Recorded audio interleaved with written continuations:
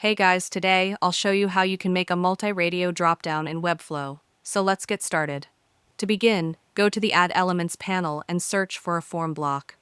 Drag the form block onto your canvas. Once the form is added, the next step is to bring in a dropdown element. Search for Dropdown and place it anywhere you like, for example, right below the Submit button. Now open the dropdown structure by expanding the dropdown wrapper and then expand the navigation section. Inside the navigation, delete the default link items, since we don't need them for this setup. After that, add a div block and place it inside the drop-down navigation. This div will hold all of your radio buttons.